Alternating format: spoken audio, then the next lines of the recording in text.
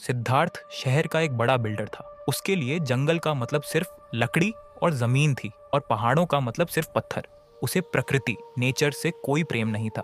उसे प्रेम था तो सिर्फ कंक्रीट की इमारतों से। सिद्धार्थ का अगला बड़ा प्रोजेक्ट एक ऐसी जगह पर था जिसे गांव वाले देव वन कहते थे।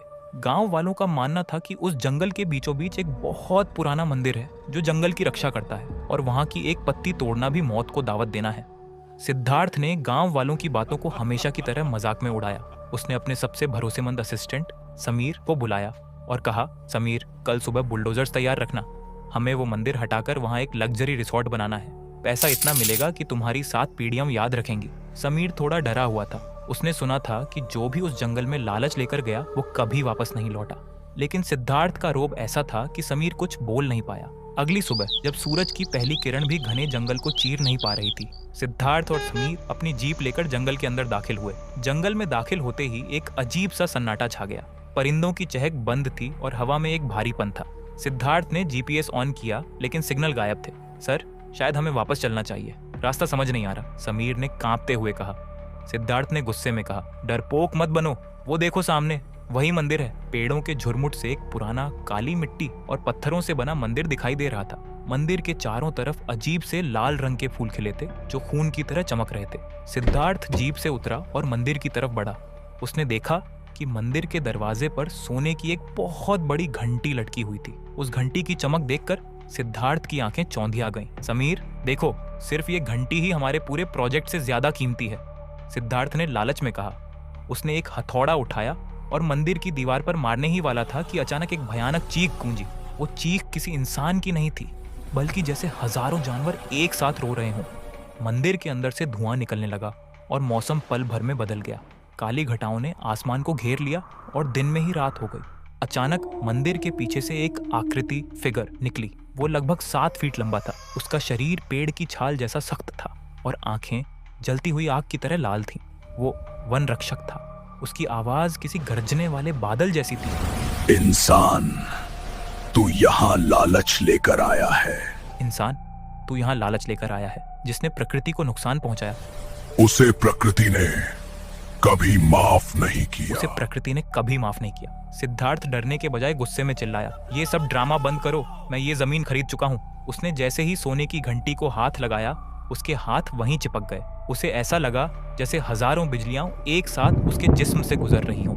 समीर पीछे हट गया और भागने की कोशिश करने लगा, लेकिन पेड़ों की जड़ों, रूट्स ने उसके पैरों को जकड़ लिया। सर, मुझे बचाइए, समीर चिल्लाया। लेकिन सिद्धार्थ तो खुद मौत के शिकंजे में था। उसने देखा कि जिन लाल फूलों को वो खूबसूरत समझ रहा था, वो धीरे धीरे रास्ते पर फैलने लगे और उनसे एक जहरीला धुआं निकलने लगा। सिद्धार्थ ने देखा कि उसके हाथ धीरे धीरे लकड़ी में बदल रहे हैं। उसका शरीर सख्त हो रहा था। उसने समीर की तरफ देखा, लेकिन वहां समीर नहीं, बल्कि एक मिट्टी का ढेर पड़ा था। वन रक्षक सिद्धार्थ के करीब आया और बोला, तुमने सोचा था कि तुम अमीर बनोगे, अब तुम इसी जंगल का हिस्सा बनकर रहोगे। हर वो इंसान जो लालच में डूबकर कुदरत को मिटाने आएगा, वो खुद मिट्टी बन जाएगा। सिद्धार्थ की आंखों के सामने उसके सारे बैंक अकाउंट्स, इमारतें और रिसोर्ट के नक्शे घूमने लगे। उसे एहसास हुआ कि मौत के वक्त उसके पास इतना पैसा होते हुए भी वो एक सांस नहीं खरीद सकता था। धीरे धीरे सिद्धार्थ पूरी तरह एक पेड़ में बदल गया। एक ऐसा पेड़ जिस पर कभी कोई फल नहीं आएगा, जिस पर कभी कोई पक्षी नहीं बैठेगा।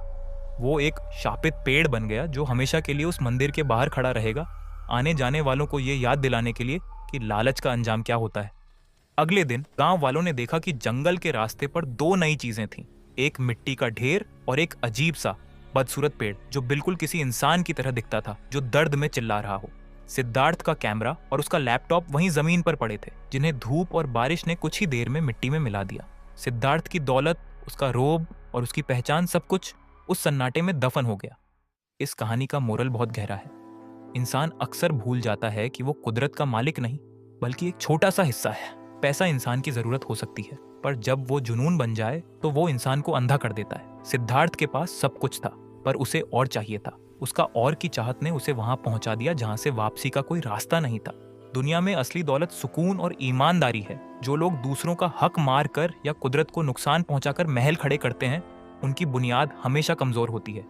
लालच एक ऐसी आग है जो पहले दूसरों को जलाती है और अंत में खुद लालच करने वाले को राख कर देती है। सिद्धार्थ का रिसोर्ट तो कभी नहीं बना, लेकिन उसकी कहानी हर उस शख्स के लिए एक सबक बन गई जो अपने लालच के लिए किसी भी हद तक जाने को तैयार रहता है। गांव वाले आज भी उस रास्ते से गुजरते वक्त मंदिर के सामने सिर झुकाते हैं और उस इंसान नुमा पेड़ को देखकर दुआ करते हैं कि उनके मन में कभी ऐसा लालच ना आए। जंगल आज भी वैसा ही घना और पुरस्रार मिस्टीरियस है, क्योंकि वो जानता है कि अपना इंसाफ कैसे करना है। सन्नाटा वहां आज भी है, पर वो सन्नाटा अब सिद्धार्थ की चीखों से भरा हुआ है जो हवाओं में कहीं ना कहीं गूंजती रहती है।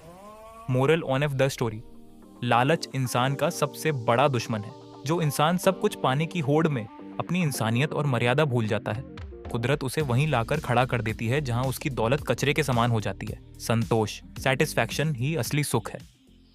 But if I lay down and I play dead and I stay dead, maybe you'll get sick of being the monster out of my कहानियों में छुपा एक डर, से राज के साथ राज बने सफर।